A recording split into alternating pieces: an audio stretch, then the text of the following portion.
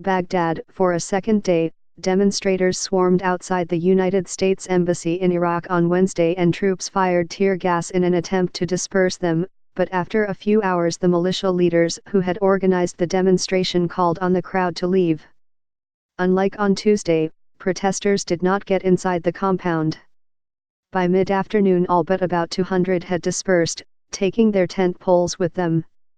President Trump said on Tuesday that Iran was responsible for events at the embassy compound in Baghdad, and tweeted, "They will pay a very big price. This is not a warning, it is a threat." That drew a taunting response on Wednesday from Ayatollah Ali Khomeini, Iran's supreme leader. "You can't do anything," he said in a speech in Tehran, according to his website, adding, "If the Islamic Republic decides to challenge and fight, it will do so unequivocally." Protesters entered the compound. At this gate, they burned a reception building and guard posts. Al-Kindi Street, Green Zone, U.S. Embassy compound. Protesters entered the Green Zone from this bridge. Tigris River, Green Zone. Protesters entered the compound. At this gate, they burned a reception building and guard posts. Al-Kindi Street, U.S. Embassy compound. Protesters entered the Green Zone from this bridge. Tigris River, Tigris River, Baghdad. Green Zone, U.S. Embassy compound. Tigris River, Tigris River, Baghdad. Green Zone, U.S. Embassy compound. Sources: Compound boundaries from the Associated Press and satellite imagery. By Sarah Al-Mukhtar, Faleh Hassan, Lauren Leet Irby, Alison McCann, and Anjali Singhvi.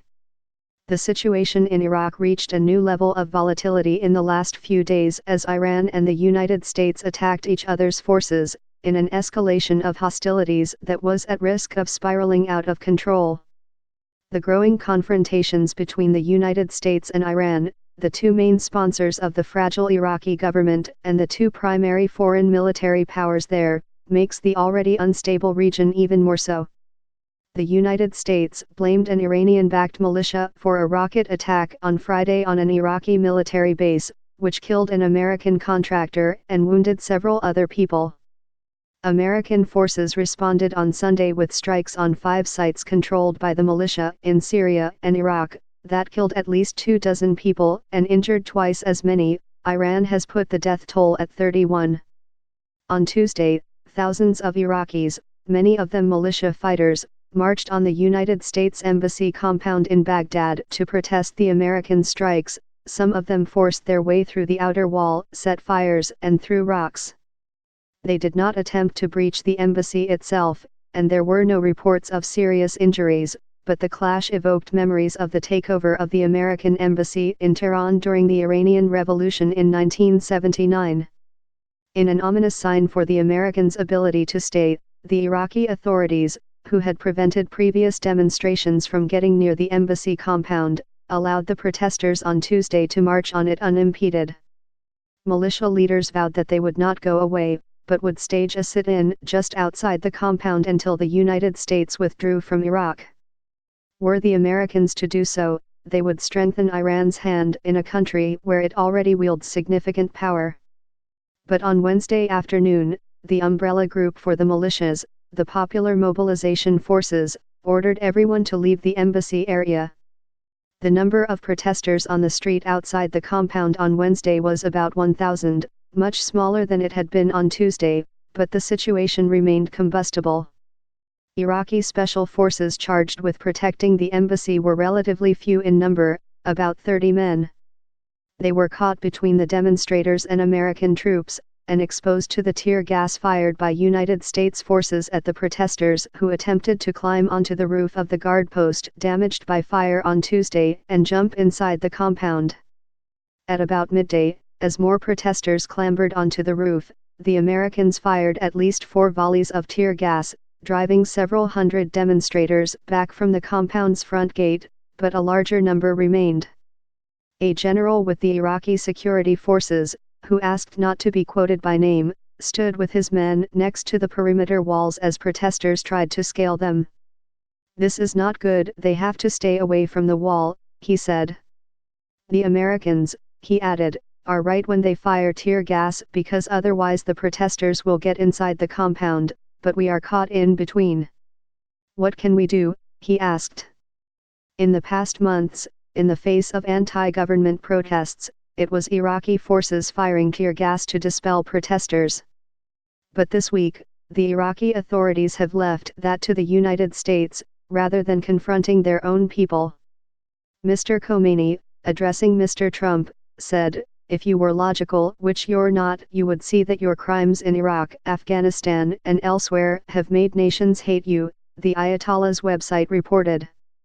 Iraqi militias, in theory, under the umbrella of the national military, but often quite independent, played a major role in the fight against the Islamic State, or ISIS. While many of the armed groups, who are made up of Shiite Muslims, are backed by Iran, a Shiite theocracy at odds with the United States, the two powers had a common goal in their effort to defeat the Islamic State. Once the Islamic State was largely demolished, however, the Iran-backed Iraqi militias turned their attention to constraining United States activities in Iraq, especially after America ratcheted up its sanctions against Iran. Mr. Khomeini said the United States was taking revenge on the Popular Mobilization Forces for defeating ISIS, a group that he claimed the U.S. had created. The militia that the United States struck on Sunday, Kataib Hezbollah, denied responsibility on Wednesday for the most confrontational demonstrators, although it had pushed for protests in front of the embassy. When asked why the protesters were climbing on the roof and setting fires anew, a spokesman for the group, Mohammed Muhi, said, "We can't control those people, and I think you heard me say over the loudspeakers, don't go deeply, don't burn. Our message is to stay here and have a sit-in, but they didn't listen to me, so what can I do?" There are about 30 groups within the Popular Mobilization Forces, each answering to different leaders who do not always agree with each other. Neither the government nor any of the factions has the authority to corral all of them, making for a dangerous mix. Faleh Hassan reported from Baghdad, and Alyssa Rubin from Paris.